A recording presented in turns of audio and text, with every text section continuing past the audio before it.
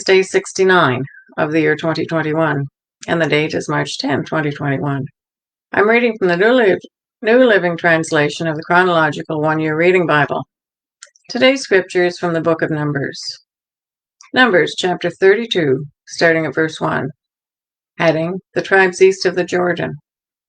The tribes of Reuben and Gad owned vast numbers of livestock. So when they saw that the lands of Jazer and Gilead were ideally suited for their flocks and herds, they came to Moses, Eleazar the priest, and other leaders of the community.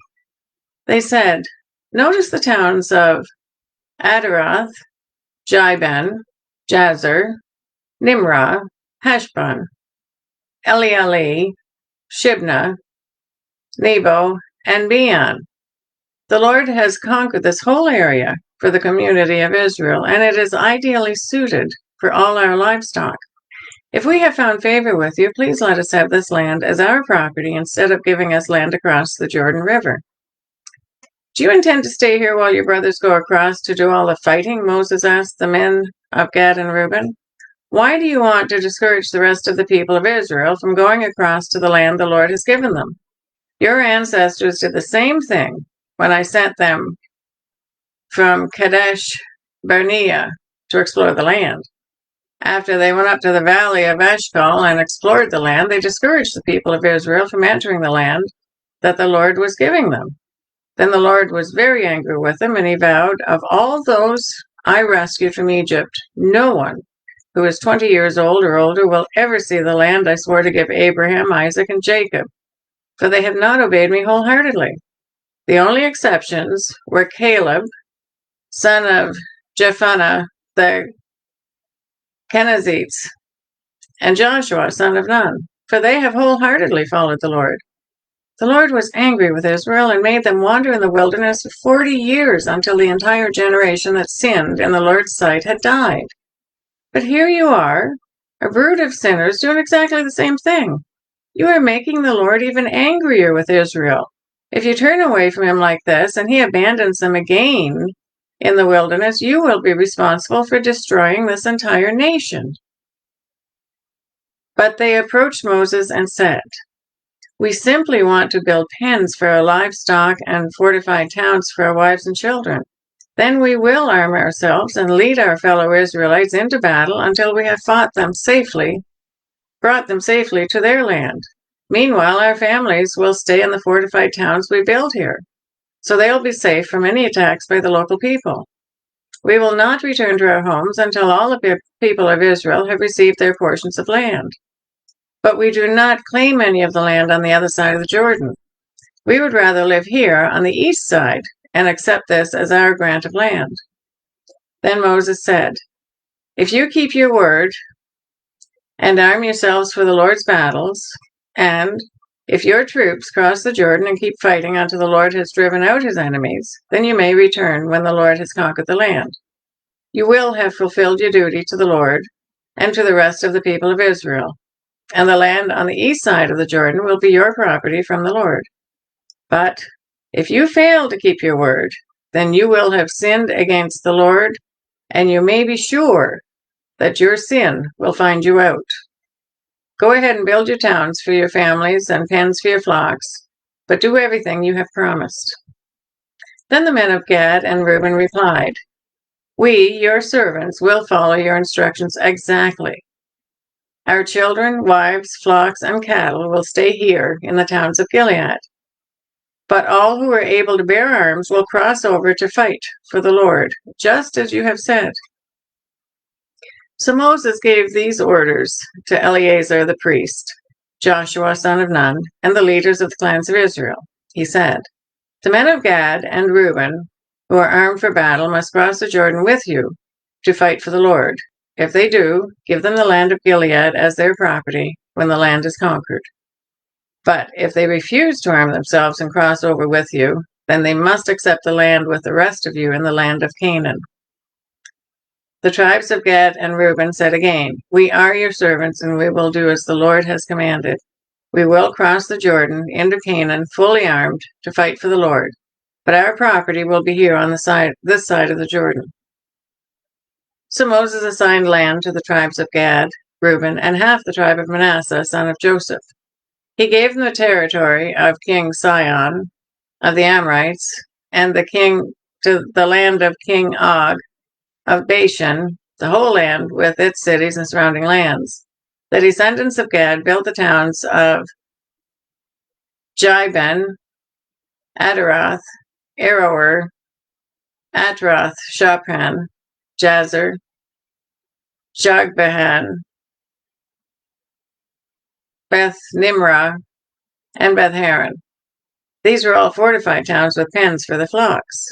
The descendants of Reuben built the towns of Heshbon, Elielah, Hariathaim, Neba, Baal-meon, and Sibmah.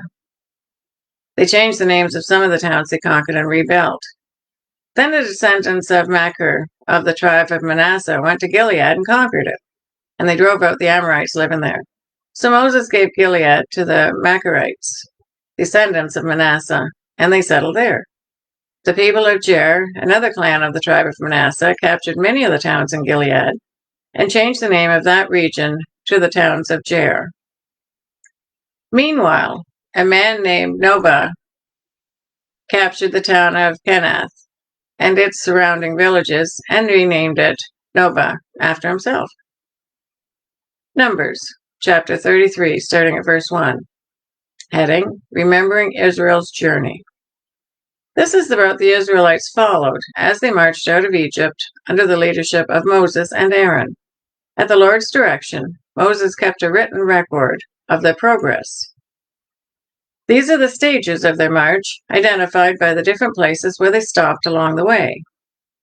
They set out from the city of Ramesses in early spring, on the 15th day of the first month, on the morning after the first Passover celebration. The people of Israel left defiantly, in full view of all the Egyptians.